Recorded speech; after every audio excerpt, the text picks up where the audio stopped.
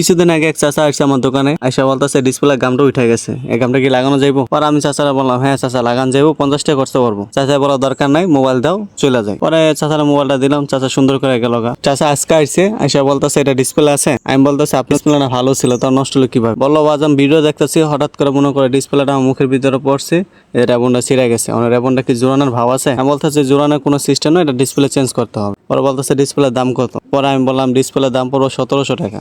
পরে বলে কিছু কমায় সময় রাখো, আমাকে লাগাই দাও। পরে মোবাইলটা খুললাম, মুরব্বীকে ডিসপ্লেটা লাগিয়ে দিলাম। উনি যে 50 টাকার জন্য 1700 টাকা জরিমানা দিল। অনেক কাস্টমার আছে যাদের মোবাইলের গাম উঠে গেছে, উঠে যাওয়ার পর গাম অনেকে লাগায় না বা অনেকে চাপ দিয়ে লাগায় রাখে। সো ব্যাপারটা হচ্ছে যে গাম যদি উঠে যায় তাহলে গাম লাগানোই উত্তম। হাত থেকে পড়ে যায় তাহলে মাস্ট বি ডিসপ্লেটা চলে যাবে। বা এমন সময় দেখা যাচ্ছে যে ডিসপ্লেটা খুলে গিয়ে রেবনটা ছিঁড়ে যায়। আর রেবন যদি ছিঁড়ে যায় তো রেবন কিন্তু জোড়ানোর মতো কোনো সিস্টেম নাই। এই জন্য যদি গাম উঠে যায় একজন টেকনিশিয়ানের দ্বারা অবশ্যই গামটা লাগিয়ে নেবেন। সেই ক্ষেত্রে যদি 30, 40, 50 টাকা 100 টাকা লাগুক সমস্যা নেই, কিন্তু গামটা লাগিয়ে নেবেন। চাচার 50 টাকা সেভ করতে গিয়ে 1700 টাকা জরিমানা।